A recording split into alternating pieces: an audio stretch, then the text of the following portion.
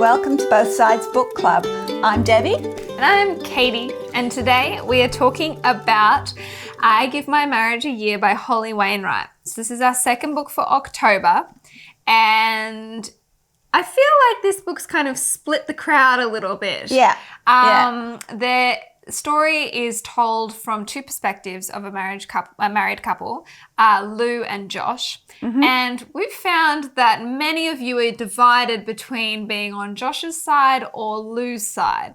So basically, Lou and Josh haven't been hunky-dory in their relationship for a while.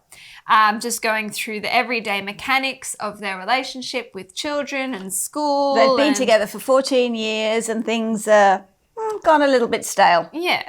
So Lou's decided that she needs to do something about it because she's super unhappy. So she decides to give her marriage a year. So each month she gives herself a new task, things to do to improve their marriage. She tells Josh about her plan about halfway through the year, and the two of them fight it out together and, work through...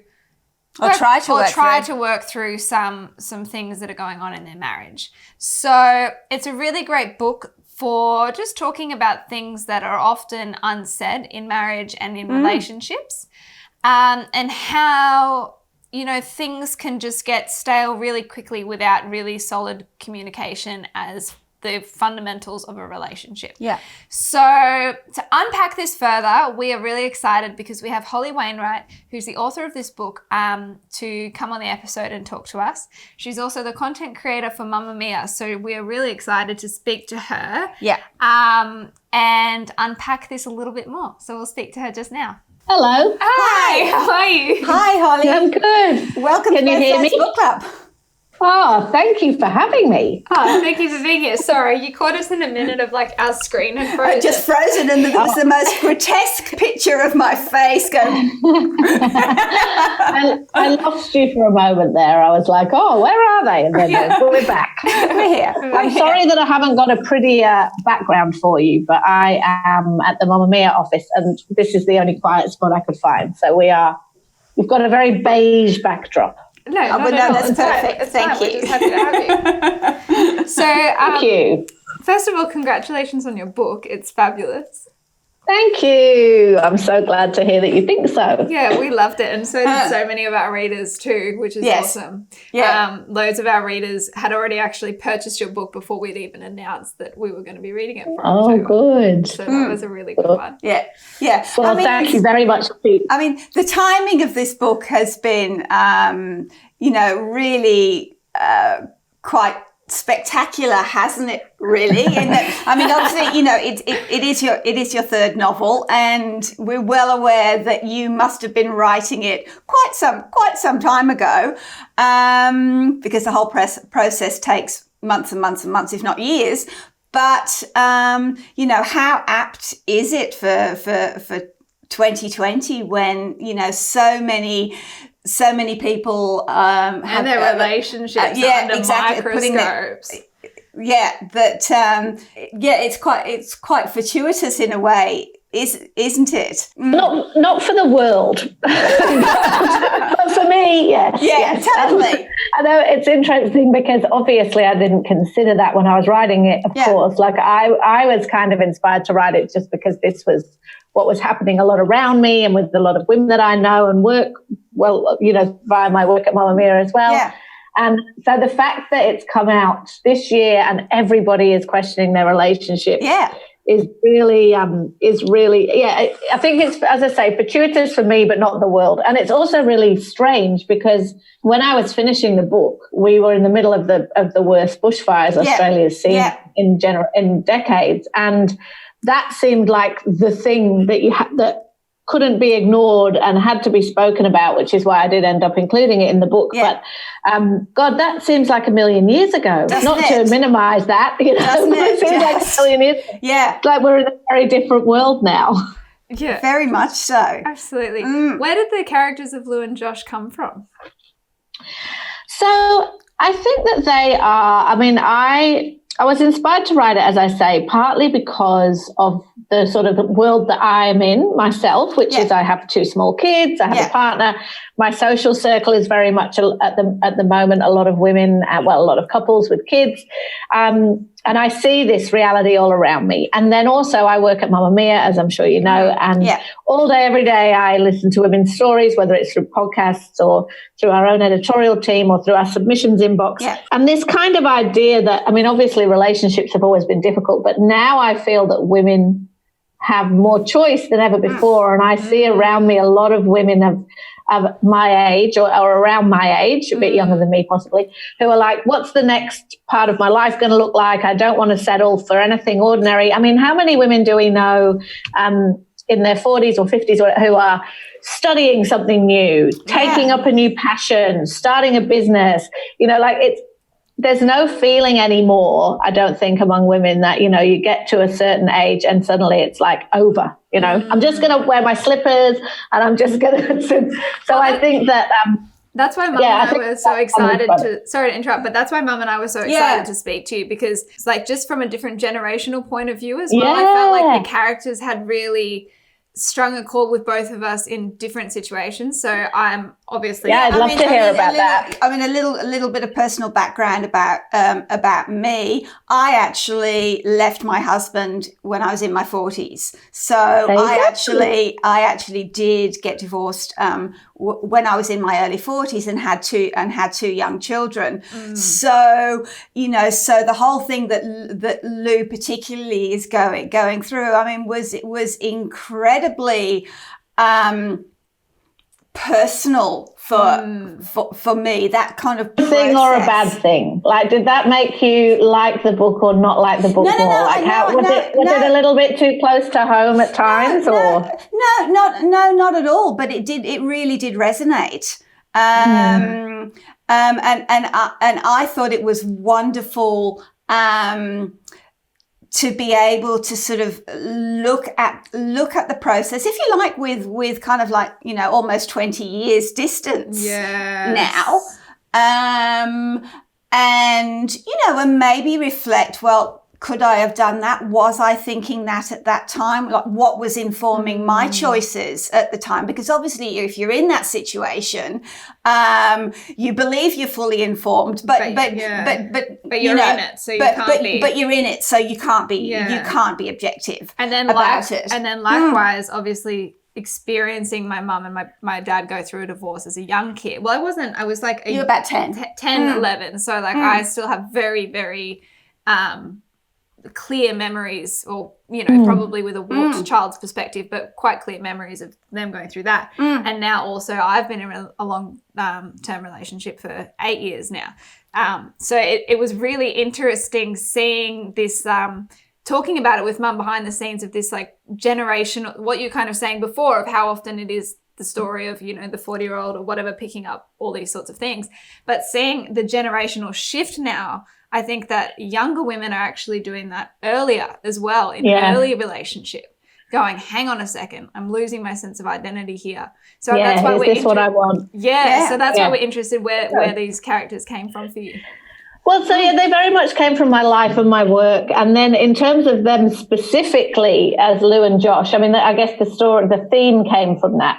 And then the character specifically is, I knew that I wanted Lou to be, I wanted them both to be relatable, obviously. Flawed in different ways. I think it's really the main thing I wanted to achieve with the book was that there was not a very clear path of blame, if you like, because obviously there are exceptions to this, but in my experience, when you talk to different people about a relationship breakdown, of course you get two different stories, and they're both true often. You know, they're often both true, because the way that you see things and experience things, of course, is very subjective. And so I wanted to avoid cliches of, you know, the guy was necessarily the bad guy, or that he was a doofus or whatever. I kind of wanted him to be quite a good man. I wanted Lou to be believable and flawed and frustrated. I know a lot of women are, you know, flawed and frustrated. And gosh, tell me someone who's not. Exactly. I would love to meet them and ask them how. Exactly. They're probably on value. You just don't know. You just can't see it. And then I wanted Lou to have a career that she loved, but it was quite far from my career. And I know a lot of teachers and talk to teachers all the time. Your mum's a teacher, isn't she? Or your mum was a teacher? My mum is a teacher. Yeah. So she was a teacher when I was growing up, and then she went into kind of management level at school when I was older. So I have a lot of respect for teachers. Yeah, a lot of respect. Too. There you go. I was very happy for Lou to have that noble profession, and so I think, and then they just came out of my head from there. I mean, it's really funny when you talk about process for writers. A lot of it, it's just I can't really explain it. It just kind of comes in a way. Like it doesn't just come like in an easy way. It's very hard. There's a lot of soul searching and angst in that, but they just kind of become, as you work with them more, they become really living and breathing people. And to me, they are really living and breathing people. I quite miss them now. Do you? Some of the authors that we've spoken to this year, have said that once they've finished writing, once basically that final edit has been handed in, then that's it. The characters are gone. That they're on to the next thing. So it's interesting that No, I think maybe because they're quite close to home, I feel like I see things and I'm like, oh, Lou wouldn't like that. Or Josh would think that was great. Or like, I don't know, you do kind of miss them in a way because they become very real to you during that time. And then, I mean, obviously I'm about to start another book. And so then I'll be immersed in that. But at the moment, and obviously talking about, I give my marriage a year a lot, I am still quite close to them. And they do feel like people I know. And you think, well, what would they be? I don't think they'd be doing so well in lockdown, I have to say. No, probably not. We were actually just saying that earlier, and a little bit not specifically about lockdown, but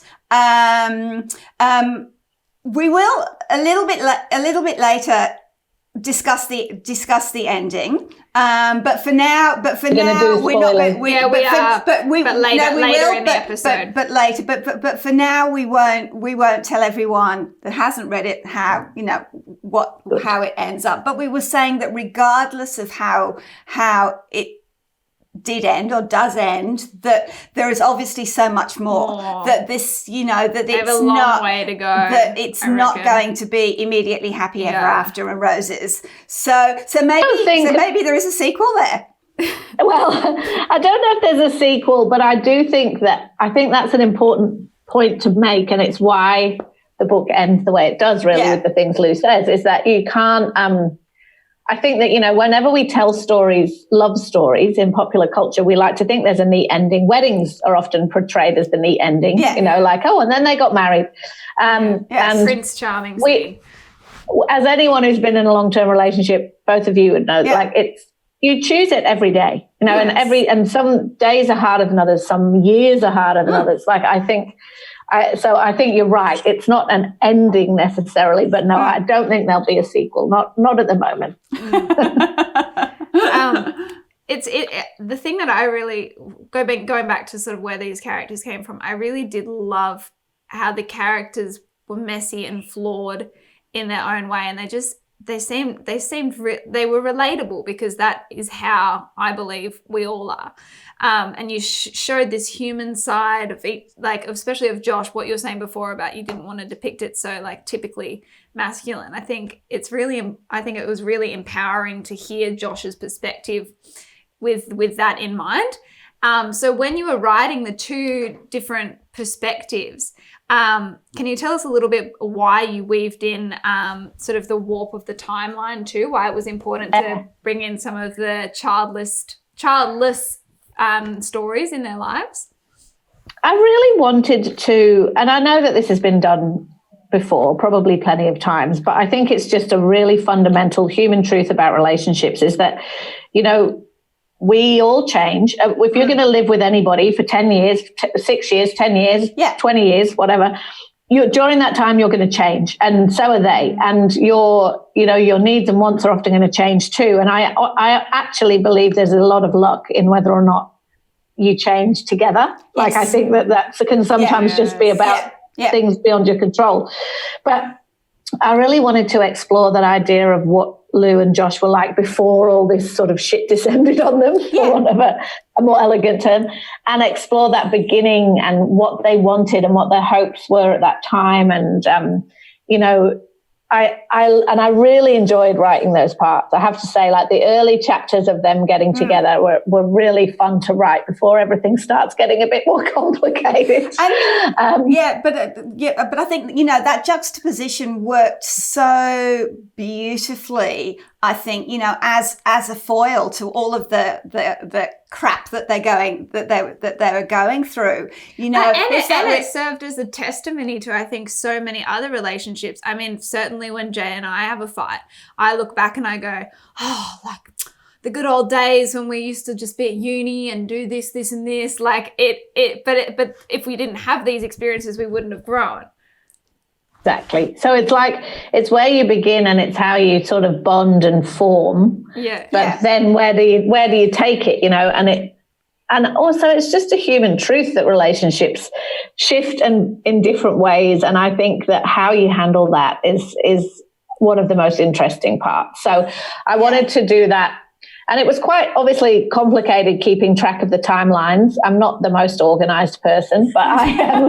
Did you have Post-its or something? I do Post-its. A flow chart. I do. I have Post-it notes on my bedroom wall, and I move them around. And I thought it was really important for that, just to be able to see who they were and where they came from before it all went pear-shaped. It's funny that you say pear-shaped and shit hit the fan, but when I read it, there wasn't such a big event, that it was just lots and lots of different circumstances of poor communication between the two of them, and enabling each other to not communicate properly. That's how it unraveled. And I totally empathized with that, because as sort of we like to make things personal at Both Sides Book Club and talk about our own experiences as well. But even I don't know, with my partner and I had been with him since I was 18, and I felt so much of my personality was wrapped up with, coming of age and being an adult and whatever, was so wrapped up in my experiences with him. And you work together. And we work together too. So it was like we've got a very interesting relationship. It's amazing, but it definitely was a lot. And I remember, how old was I? I must have been 20. About 23. 23. And I just kind of had this, like, not a breakdown, but a realization. I was like, man, like, who am I without him? I need to re-find myself. I need to, figure out, disattach from him. Well, yeah. And so I went and did the trip to London by myself for about a month. And that was amazing, because I was like, man, I'm funny. I can be flirty. I can be sad. I can do all these things without him. And that's what I felt like, in a way, I got from Lou and Josh's relationship, is that it's lots of small, not communicating properly and letting yourself lose identity in each other. Like creating an identity together, not separately, which is how things can all of a sudden, little things turn into these like big things that shouldn't be big things. Was that what you were thinking when you're writing it? I also think that when the big things do happen, which they inevitably do, whether it is a decision about where to live, but I mean, in Lou and Josh's case, a decision about where to live, or whether it's money, or whether it's babies or lack thereof, or whether to get married, or whether it's a death in the family. When the big things come, which they do, how you handled the little things and the communication will kind of define how you handle those big things. And I think the thing for Lou and Josh is that it's like the deal that you make of who we are as a couple in their younger days, when they're like, we want an unusual life, and we don't want to be like everybody else, and we want to be like this and that. And then that begins to shift as you change, and it's like, are you both going to veer off in that direction, or just one of you? Or I think you're right that there are a lot of little things that happen that then then undermine when the big things happen. I think that's one of the points. I think exactly. I mean, it's again, sort of like speaking from experience, it's very rarely, I think, a huge catastrophic thing. Even I think in some ways, Lou's affair, which which is a pretty. That's a pretty early spoiler. I feel like that happened early on. That's not a spoiler. That's not a spoiler. But I mean, obviously that's a huge thing. But, it is a big thing. But the reason for that, I think, was, this gradual process of erosion. Her reason for doing that was not because she was, overwhelmed by this guy who swept her off her feet. No. It was a symptom. And also, she was angry and resentment up, and I very much wanted. Yes, that is a big thing. It's a very big thing, and it's revealed early on in the book. And then I want you, hopefully, to think, well, why is she doing that? Exactly. And not necessarily feel like it was justified. I mean, I think one of you, you said in the notes that you sent me about. A lot of people have a lot of problems with Lou, and well, that's what we wanted to talk about. Yeah, and I can see why. And I think often that does depend a little bit on your own experience with infidelity and relationships in different ways. But I think it's really interesting to look at the fact that it's not always like that. Women are flawed as well. Women make decisions that are stupid sometimes in anger. They act out in different ways, just like guys do. And they're driven sometimes by their less what's the word? They're kind of less perfect selves.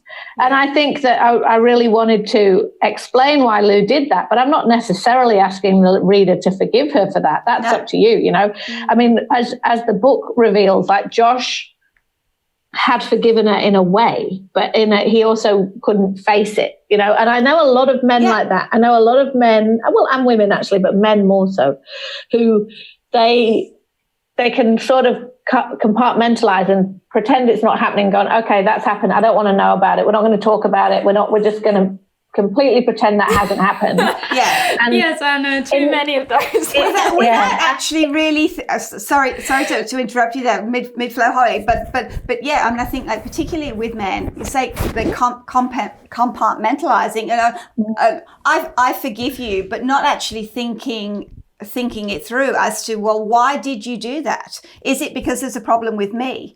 Then also it's like, I forgive you, but he hasn't really forgiven her because he doesn't really know, and so I think that's an interesting idea. And some of us are like that, where you're like, I'd rather not know the details. Let's just pretend it didn't happen. But you can't hide from it forever. And obviously at the end, he does find out more of the details, and it's devastating. And I think I'm not asking anyone to think that Lou is entirely justified or that the experiences were fair, but I just think that life is messy and people make all kinds of decisions that they shouldn't, but And I think it goes back to what you were saying before as well, when you're talking about that there is two sides to the story as well. I mean, as saying that got me through my parents' divorce was like, a heart doesn't just break one way, it breaks however many ways that you have a family. So for us, the heart broke 4 ways. We all had our own individual stuff that we all kind of understood what each other were going through, but not really. And I think like that's what you see in Lou as well, is like exactly what you're saying. You can't ask the reader to forgive her for doing that, but I think it teaches you that in a way you've got to have empathy, that a heart breaks in different ways and different people have different ways of dealing with that. And it's messy. It's not like she was messy, conscious of going, okay, I'm going to have an affair to do this, this, and this. It's like, no, it was spontaneous, and that's what she needed at that time to get through the next level of processing. And I think that's what you see. So I can completely understand why other readers have found that difficult to read, or annoyed that she did that, or lack of empathy with her. And I don't know whether or not it's because of the experiences that I've experienced in my life. But it's not that she was justified, but I can understand how her headspace is so unclear. Took her there. And she's trying to like map some sort of level of clarity with this like list of each month, this is what I'm going to do. But it's not that straightforward. No. Also, I think as a reader, I mean, I enjoy reading about people. I enjoy having my values challenged a certain amount by characters, because I think we all know now, don't we, that nobody is all good or all bad or all perfect or all not.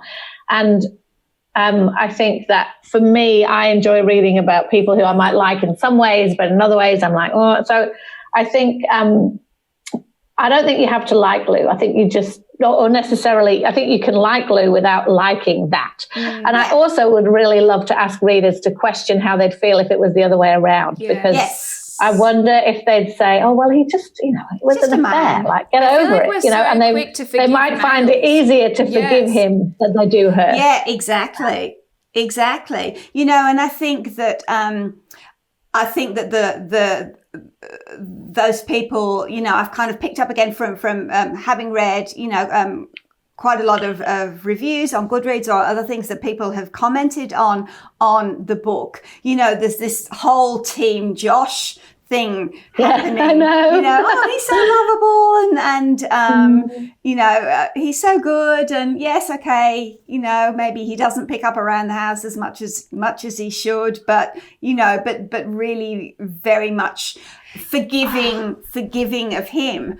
But in a way that they're not of Lou. But I wasn't. I think that's right. I wasn't on team either of them, because I just felt like that's so like what you did with telling Josh from a real perspective. You made him really human. You didn't make him like too overtly blokey. And I feel like, often I can blame my partner for being too blokey, like, oh, well, you don't even like, do you even feel anything? And like, of course he does. Like, of course he's like upset or hurting and whatever. And that's what I think you showed Josh. Whereas I think so often we just forget that, I'm making this a very blanket statement. It's probably not true for every situation, but so often we can forget that, everybody does have feelings, and I think that's why when you read Josh, you're like, oh, he's so sensitive. I'm like, well, so is probably your husband, and so is probably your best friend. Yeah, I think I really wanted to. Obviously, this is a kind of quite heterosexual relationship cliche, right? I'm also being that way. But it is a heterosexual relationship cliche that men are not as emotionally intelligent. But I question whether that's true or whether they're just not good at expressing it, And Josh isn't particularly good at expressing it. He has all his own baggage, like we all do, from his family and his life and thwarted ambition and all of those things. But he loves his wife and he loves his kids. And that's a lot of guys, guys. And I wanted deliberately to write him as a likable character who does some questionable things. And so it is interesting, this Team Josh thing, because he's great. Like, I like him too. That's why I wrote him that way. And, I think that we should give the intelligence to women that they're not going to marry unlovable idiots if they can possibly avoid it. And the book wouldn't have worked if Josh hadn't been essentially likable. But I think it's funny. One commenter said that they weren't Team Josh or Team Lou; they were Team Family, and I think that's interesting too. I mean, that takes a certain judgment on whether or not families should stay together in these situations. But I think that was kind of, they were. One of the other points I wanted to make is that relationships involve many more people than just the two who are in them. Like, whether, as you were just saying about their heart breaking in different ways. Yeah. Every decision about a relationship, once you've been together all that time, includes mom and dad and the kids and the friends and the work and all that. Like, it's very complicated, as you well know. Yeah. Actually, there was one thing I really, really wanted to talk to you about, because maybe because of my own experience, but I do think that it is a common phenomenon with women that you know they in this sort of relationship. I feel like we've been throwing lots of blanket statements. Well, yeah, I mean, of course. So yeah, so forgive me if we're But that's what the story's about. That's what the book's about. Okay. Generalizing is that, you know, everything gets, or Lou feels that everything gets dumped on her. So, you know, responsibility for the kids, for the cooking, the Vegemite toast, organizing the Vegemite toast, Christmas, you know, buying the presents, all of those things. And then she, you know, and then she resents that. She has this really, really deep resentment of it. And you have to say that I have been guilty of doing that myself once or twice. You and everybody in the world. Exactly. But what kind of like really struck me in the way you wrote this is that, you know, we've talked about the communication, but she's really disempowering Josh because she won't let him do, you know, because she says, you know, it's that old chestnut, isn't it? Oh, I might as well do it myself because it's easier than having to tell you how to do it. Why can't you just know? Why can't you just know that it needs doing? Or I think there was that quote later in the book that he's always 10% off, but instead of that being a critique, that maybe it's acceptance that he does things 10% differently. Well, it's interesting that you should pick that up because obviously it's a bit of a passion area of mine is the division of domestic labour because I do genuinely think, as a feminist, which I am, I do genuinely think that women are never going to be able to really have equality in whatever way while heterosexual relationships are so imbalanced at home, right? Like there's just no way. You've got to hand this shit over as much as you can. Right, I think. Yeah. And that's not to victim blame. That's not to say that it's all women's fault for not doing it. But society and everything in our lives tells us that it's really valuable that we know how to cut up the Vegemite toast and we know what goes in the baby bag. And then we know how the house should be. And then we have to impart this wisdom as the teacher to the pupil. And I would like to see that change generationally, definitely. But one of the things I wanted to do in this story was, it's not that Josh is a completely lazy slob. It's not that he literally has never packed a school bag or cooked a lunch or made Lou a cup of tea or tidied the house. Like he's not that. He thinks in his head that he's a pretty good dad because he does look after the kids and he does take them to school and he does pick up and she does drop. Like he thinks that things are quite even, but that's because he has no idea of the mental load that Lou is carrying. And this is such a common story in so many relationships, especially when children are involved, but not only when children are involved, where the guy's like, well, what are you complaining about? Or one half of the couple is like, what are you complaining about? I do this, this, and this. And the other half of the couple is saying, yeah, but what about all of the things that I'm constantly keeping in my head and asking you to do? So I really wanted to illustrate that and illustrate Josh having something of an epiphany about it towards the end. But I'm sure that, you know, if we imagine what happens on the next day and the next day and the next day after the book's ending, I'm sure it's not a solved issue because it takes a long time to work that stuff out. But I very much am in the camp of, I work with a lot of young women and I always say to them when they're moving in with their partners or when they're having babies, it's like if you behave as if this is your domain and you're letting them in, then it's always going to be on your shoulders. It's always going to be on your shoulders. Yeah. You've got to take it on that it's a dual endeavor from the beginning. And with kids in particular, that's very difficult for obvious biological reasons. But I think that it's crucial. So I did really want to explore that. And I also really wanted to explore how that shifts in relationships when you have kids, because Lou and Josh are very equal at the beginning. It's not like she was always making his dinner and then, but as she says in the book, one of her chapters expresses in the book, suddenly she was the one at home. So it's like, of course she does the washing because it would seem a bit churlish to not do the washing. But then suddenly the washing just becomes her responsibility. And it's a creep that happens over time. And all of a sudden, you know, you make, like when you're first together with somebody and you make them a cup of tea or a dinner or a drink, they're like, thank you, that's so nice of you for doing that. And then it just becomes the assumed thing that you're doing that. And the thank you isn't there anymore and the appreciation isn't there anymore. And how many women do we know who it's not about, I think there's quite a famous viral post that's like, it's not about the dirty dishes in the sink, it's about what that says about my role and what you, how you value, so I did really want to explore that, and hopefully. And I think kind of like the whole generational thing is also struck me with that, because we talk about this a lot, because a lot of my friends have children, and we've seen this a lot in the home, with in between friends and being at dinner parties and all this sort of stuff. So I talk about it a lot with Mum. Yeah, but I mean, but sort of my generation, I'm obviously, I'm somewhat older than you. I'm considerably older than Catie. But, so I was a child of the 60s. So, my role model from my mother was that, our role was to keep your husband happy. Homemaker. To even though my mum actually went out to work, it was still our role, and our role also as female children, my sister and I, to make sure that everything was just tickety-boo in the house, and do all that. That's a lot to undo. To make the man happy. And I think certainly I went into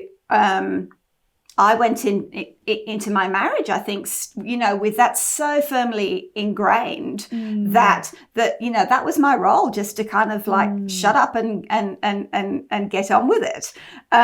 Until you didn't. Until I didn't, exactly. Until I spat the dummy and I didn't. So I do, like seeing younger women and their relationships, and also my relationship. I'm in another long-term relationship, which is far better, shall we say? Then, you say that distribution, and it's setting out those expectations from day one, isn't it? I think so. I had some really, really great advice from one of my close friends who's got 2 kids, and they have a very, very, often people look at their relationship and comment about how amazing their dynamic is. And she said the best thing that my partner and I ever did was, before we had kids, we both sat down and we told each other what the level of expectation is that we're going to have on each other. And she said, so when it came to it, when we were sleep deprived or we were going through the motions, he knew the expectations that I had on him, and I knew the expectations that he had on me. And that meant that stuff still got done. Smart woman indeed. They say, I don't know whose quote it is, but they say that how much a woman, one of the most important career decisions a woman can make is the choice of her partner, because it will, not that career is everything, but it will define how much you can or can't do, define how happy or not you are in doing it, and all of those things, if you're with somebody who is always going to support those choices and sharing it equally as much as possible. So smart friend you have. Yes. So actually, this wasn't one of the questions topics we put down, but that was a really good segue, talking about friends. Let's talk a little bit about Gretchen. One of our recent books was Kokomo by Victoria Hannon, and in there, the main character has an amazing, supportive friend, and I think we're sort of seeing this a lot in literature at the moment, is the importance of having that strong friendship base, that they're just as, friends are just as important as any family member. Was that your intention with Gretchen? Very much. I wanted to give, obviously as a writer, friends play an important part, because they can be another voice, and they can also be another perspective, and they allow the storytelling techniques that you kind of need them for, in a way. However, I was also really passionate about portraying a really positive, solid female friendship, because I know not everybody has them, and sometimes when we talk about the importance of female friendships, some people will say, I don't have that kind of friendship, and I know that that's true, but I think that female friendships are absolutely the bedrock of so much of how happy your life will be or not. Not necessarily female friendships, actually, just solid friendships. I mean, we put so much importance. Yeah, we put so much importance on romantic relationships, and of course they are very important. But your friend, they say that your key to happiness is the quality of your relationships, ultimately. And I think that friends are so crucial in that. And I'm lucky enough to have quite a little gaggle of very good female friends, but I have my closest friend I've known since school. She lives back in England, unfortunately, so I don't see her all the time, but we're still, she still probably knows me better than anyone else. Yeah. And I think that those kind of relationships are crucial. And I wanted to play that kind of dynamic about because when you have really good friends and then you get into a relationship, the friends come with, you know what I mean? You have to, So Josh knows that Gretchen is almost as important as he is in Lou's life. He also knows that Gretchen's always the one who's really going to know what's going on. So, there's a couple of times when he asks her. Yeah. And obviously she, as a loyal friend, is not going to necessarily tell, but she loves Josh too, right? Because she's known him for years and she's been there through all of this. And I think that it's an interesting dynamic. I really wanted to paint this really supportive, positive friendship, but also one where Gretchen does call Lou out sometimes. Yeah, exactly. That's what I was going to say. I mean, I love that. Obviously, you will know the quote. You know the book inside out. You wrote it. But if when she says to Lou, if you murdered her, if you cut off Josh's head, off Josh's head, then of course I'd support you, but I'd still tell you it was murder. Exactly. Which I think is so important, that you do have friends who can just kind of go, hang on a minute. Look at yourself. A good friend will support you, but will also tell you when you're wrong. And it doesn't mean they're going to withdraw support necessarily, but it's like you do know that you're being wrong about this. Now, that's not easy to do, especially not depending on your personality and all those things. It's not easy to do, but I think that really good friends can do that and move on. So I wanted Lou to have a friend like that, and I really liked Gretchen. So I enjoyed writing her. I did too, very much. She's good value. So Holly, before we go any further, I'm just going to quickly interrupt our episode. Just for any of you that are listening, we're about to enter a spoiler zone. So if any of you don't want to know what happens at the end of the book or haven't read the book, I would suggest putting this on mute or paying attention to something else for a go make a cup of tea, brief moment, and coming back to us soon. All right. So back to you, Holly. Did you know how the book was going to end before you wrote it? No, I didn't know. So I told my publisher that I knew. I may have told this story before, but I told my publisher that I knew. She said, "Do you know what happens in the end?" I'm like, "Yes, I definitely do," but I didn't. But the thing is what I very much wanted to happen is I wanted it to be okay either way. So I didn't want there necessarily to be.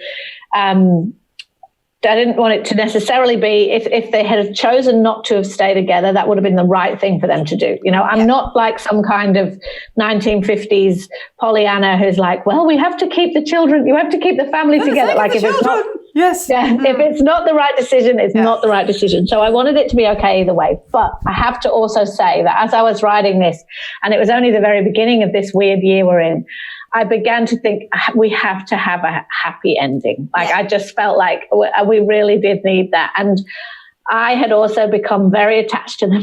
So I wanted them to stay together.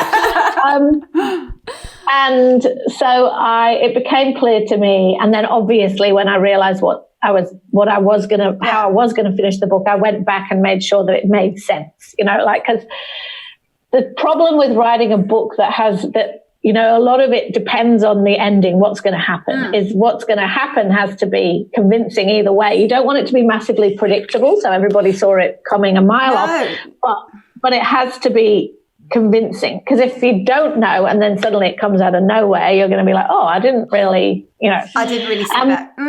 So I wanted there to be suspense. So again, I'm going to interrupt you there because I haven't told you this. So I read the book 2 or 3 months ago. I had a copy from the publisher, which was fantastic. So it was a rainy Sunday, and I was sitting in bed. I thought, no, I'm not going to get up. I'm just need to carry on reading the book. And you really, so congratulations. You really, really, just as you're getting towards the end, it could be either way. It was a knife edge. It was, are they going to stay together and are they not? And when Christmas was looming, and Josh had gone, I sat in bed, and Catie will tell you that I'm not generally a very emotional woman. She says, "Oh, you're so English." She's so English. She's so English. I had to teach her the language of emojis. I was like, Mum, she replies to me going, yeah, no worries, sure. And I'm like, Mum, hello, send me a love heart just so I know you're not mad at me. But anyway, I sat there in bed and tears just were just streaming down my face. I was sobbing. Oh. So the ending was wonderful because I went, oh, okay, that's yay. Oh, I'm glad. That's great. It's interesting because I'm delighted to hear that, because not that I want to make people cry, but it means that you felt something, which is, a few people have said to me that they thought Josh was going to die in the fires, and I was like, I was never going to kill Josh in the fires. That was never going to happen. But the fires played a different purpose, which was to kind of put priorities into focus, which I think they did for a lot of people. But I really wanted them to be together, but I also wanted them to get rid of a lot of the bullshit. So I wanted him to really face up to what had happened with them. Yeah. To understand the truth about what happened in the affair, and to support Lou's dream, and vice versa. So I hope that's where we got to. But the reason I wrote the end the way I did is where she says, I'll give it a year and another year and another year and another year, is because that's how I see long-term relationships. I think you have to keep buying in. You have to keep making the decision. You don't just make that commitment once and then you can put your feet up. You have to keep choosing it. So that was an important line. Yes. And that's exactly what I was just about to say, is I loved that it was right at the end, because at the end of the day, it's not a be all or end all. All it is it's a decision for that day to go, I'm choosing this today. And tomorrow I'm going to try and choose it again. And then the next day, and then the next day. And that's what, I feel like people put these societal expectations on, the big decision, and either way is going to be life-changing. And for sure, decisions are life-changing, but all they are is decisions. And it doesn't matter which way you go. It's not wrong or right. It's just that's the decision you've made. And that's I want a bit, but So I hoped I once I'd decided I wanted them to stay together. That was my aim, was to not make it too sickly sweet, and also for it to be believable. And there was a lot of love there. There was a lot of love in their family. There's a lot of love between them. There was their little girls. There's I think totally. They still had a lot of love, and that's obviously relationships. As I say, I'm not in any way sort of trying to put a message out that I think people should stay together if they're not feeling it. But I think for this particular couple, there was still a lot to stay for. Exactly, and I'm and we're so glad that they did. So glad that they did. Now, are you? So you said that you were writing. So just quickly before we finish, can you tell us a little bit about what you're writing next? To be honest, I can't, because but also just because I'm not that far into it yet. But there is another book. There is another book coming. Right. So I am switching my attention now from Lou and Josh, and the Post-it notes will be back on the wall very soon. Because the reception to this book has been great. It's been so the thing that I love the most about having written this book is the response I'm getting from people messaging me saying that I think my computer just made a loud noise, please ignore that. Is the response I'm getting from people saying that they it made them look at their life differently, or it made at their relationship differently or whatever it was, or I like, that's just a writer's dream, is to connect, you know, and that this book has, which makes me very happy. Absolutely nailed it. Thank you. So now I'm like, oh, well, I better do that again then. And the stakes are a little bit higher, but the next book. But I think that probably I'm always going to be writing about women, and I'm always going to be. I mean, this book obviously isn't only about women, but I'm always probably going to be writing about women, and I'm probably always going to be writing about some level of domesticity. I don't think I'm about to write something set in outer space. It's probably not my oeuvre. Like, other people can have that. Yes. Yeah. So I think that it's probably going to, but hopefully, but it's a different story. So I'm excited to get started. Well, thank you, Holly, so much. And thank you for being authentic. Thank you for being vulnerable, and thank you for illuminating ways in which we can all get better at communicating. And I think that's probably the biggest take home from your book. So thank you very much. Thank you so much. What a wonderful book club you've got going on here. Thank you. I love the multi-generational aspect. I love that. You. Yeah, yeah. I mean, it's something. Sometimes we agree, and then sometimes I'm like, Mum, shut up. You have no idea. You can't say that, Mum. Stop. Yeah, I can imagine there's a little bit of you can't say that. In any multi-generational conversation these days, there's a little bit of you can't say that. I think it's great, because you're going to see a lot of things the same way, and a lot of things in different ways. So, and it's great. I mean, I think sort of the thing that we that we have loved about the way the book club has grown and taken off this year is just how many people are rediscovering reading. So whether they're reading alone, or whether they're reading with their friends, or whether they're reading with their mum, or friends overseas, it's we get so many messages from people just saying, oh, look, I've had, I haven't read for 10 years. I haven't picked up books from the school, but I'm now starting to read. Again, and that's just wonderful. Which is, I know, and I think it's a good year for books too, right? It's not a good year for the world, but it's a good year for books in that I think that a lot of us have rediscovered the solace that you get from a great book, particularly fiction, and the companionship of reading with other people. Yeah, so I think that's you're building community, and that's always a positive. Thank you. Thank you. Well, it wouldn't be possible without awesome authors like you. Oh, thank you. Well, thank you very much for having me, and I can't wait to hear it and tell everyone about it when it comes out. Absolutely, and we look forward to talking to you again with your next book. Bye. Oh yes. Thanks. Bye. Have a great day. Bye. Bye. Wow, everybody, what an awesome conversation with the author, Holly Wainwright. We are so grateful that we could have her come on the episode and unpack some of the deeper themes in the book. So thank you so much, Holly. It has been a delight to speak to you. So we're now at that time of the episode, everybody, where we are bringing up our next book. So what have we got? So our next book is called The Last Migration by Charlotte McConaghy.